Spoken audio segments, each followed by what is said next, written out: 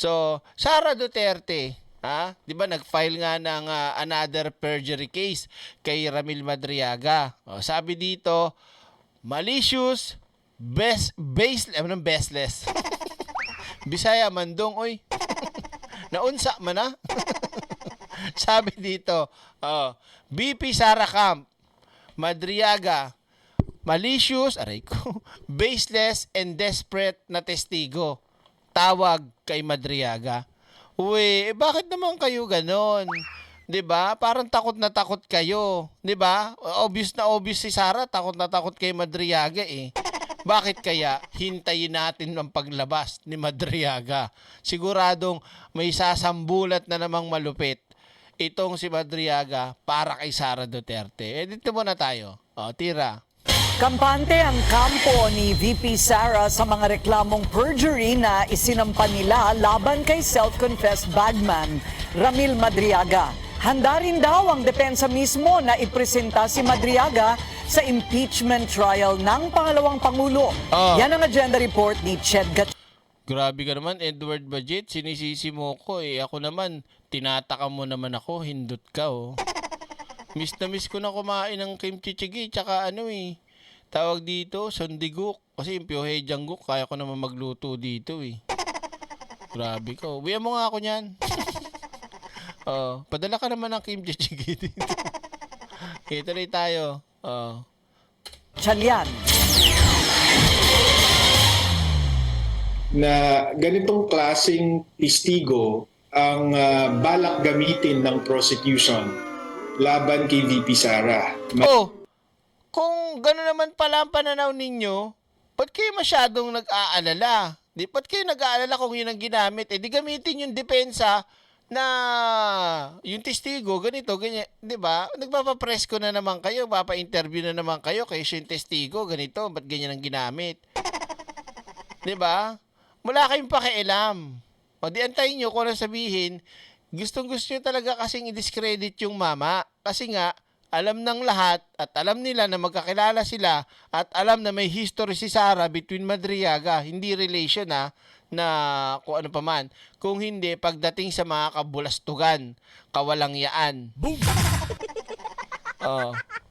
Malicious, baseless, and Ano to? Micah Ackerman. Shout out Bicolana ka pala, kababayan ko pala to. Oo. Ano ba, babae ka ba lalaki? Kasi naman hindi ko maintindihan eh. Basta shoutout sa iyo. desperate witness. Yan ang maanghang na pahayag ng abogado ni VP Sara. Ano? Maanghang? Ano maanghang dun? Mukhang tanga nga. Paano naging maanghang yung sinabi niya doon? Walang kakwenta-kwenta. Kung ako nga yung testigo ko si Ramil Madriaga, tatawanan ko pa yan eh. Kasi halatang halata mo, ako? Malisyoso? Baseless? At desperado? Ba't nag-worry ka? Diba? Diba tato ka nga mag-worry? Dapat chill na chill ka lang. Parang habang papalapit, eto na. Nakaabang na kayo sa akin. Diba? Laban sa nagpakilalang bagman nitong si Ramil Madriaga. Plano raw ng kampo ng bisa na maghain ng motion for consolidation para sa dalawang perjury complaints sa isinampa nila laban kay Madriaga. Sabi ni Attorney Paulo Panelo, ipapakita ng pangalawang reklamo na tulad ni Madriaga, wala rin anyang basehan ng mga nasa likod ng impeachment complaint laban sa pangalawang Pangulo. We don't know for sure if Ramil Madriaga will still be presented as a witness of the prosecution. Ayun, di pala sigurado kung ilalabas si Madriaga o hindi. Kaya pala diba? Nanggigipit, nang pe-pressure, nananakot, diba? Siyempre, malalaman ni Madriaga yan. Kinasuhan ka na naman daw, ganito ganyan na naman daw. Pinaparealize lang nito ni Sara kung gaano sila katanga, kasama, gaano sila kaengot sa ginagawa nila. Real talk. Boom! Rumblings na the prosecution has realized. Rambling? Kayo nga itong mukhang nagra-rambling, nagra-rumble-rumble na kayo. Diba? Masasabugan lang sila ng sarili nilang witness kapag present nila itong si Ramil Madriaga. Naglabas Halatang halata, nananakot. Halatang halata, sasabugan daw. Ba't nila kukuning witness siya kung sasabugan sila? Parang ang alam kong nasasabugan, kayo. Di ba, Mama Nes? Oh. Pas din si Panelo na umano yung mga resibo para pasinungalingan ng supplemental affidavit ni Madriaga nitong April 2026. Kabilang dyan ang isang certification mula sa LGU ng Lubao, Pampanga na nagsasabing wala raw shopping mall sa kanilang lugar. Sabi ni Panelo, taliwas ito sa pahayag ni Madriaga na inutusan umano siya ni FPRRD na kumuha ng 100 million pesos sa isang bangko sa mall sa Lubao. Pineke rin umano ni Madriaga ang ipinakita nitong manager's check mula sa Land Bank. Pati ang sinabi ni Madriaga na political officer siya ni late former Congressman Roy Lagoles ay pinasinungalingan din ni Panelo. Hindi raw totoo ang sinabi ni Madriaga na FPRRD supporter si Goles dahil may mga larawang nagpapakitang si Senator Grace Poe ang sinuportahan nito noong 2016 elections. Hindi rin daw kilala ng mga kaanak ni Goles sa umano'y former aide ni VP Sara. Dagdag ni Panelo, kung hindi ipepresenta ng prosekusyon si Madriaga, handa at maaaring ang defense team na raw mismo magpresenta rito para lumabas na ang katotohanan. Para sa agenda, Shed Gatchalian, Billionaire News Channel. Siyempre, secret lang yun. Oh. Nakatakda bukas sa Quezon City RTC ang oral argument sa hiling ni VP Sara na ipabasura ang kasong grave threats na Ang kapal ng mukha talaga dito, putang inan tong bangag na si Sara Duterte, no? Bukas na pala, no? Tingnan kaya natin, a-attend kaya talaga yan? O malaman? inihain ng DOJ.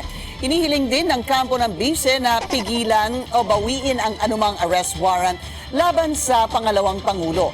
Nagugat ang kaso sa umano'y mga banta ng VP laban sa first couple at former House Speaker Martin Romualdez sa isang online press conference noong nakaraang taon.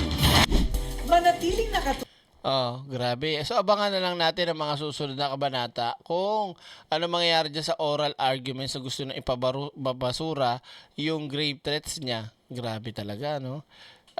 Sobrang hapit na ang kampo ni Sara Duterte. Overtime na talaga sa paggawa ng makagawa at subukang pang makalusot eh. 'Di ba? Kinasuhan nila ng perjury para pag hinarap si Madriaga, hindi na siya makasagot cause may ongoing case na strategy nila yan, coach, para di na makapagsalita si Madriaga sa impeachment. Pero syempre, wag kang mag-alala, merong solusyon dyan ang defense. Oo. Wag kang mag-alala, Jasmine M. Official. Kalma ka lang dyan. Yan ba yung anak nung butiking dumadayo ng tulog sa impeachment? Oo, yun nga. Tapos sinabihan pa si Atty. Capuna na matanda na, yang iya naman tayo sa pagmumukha ni Panelo, no?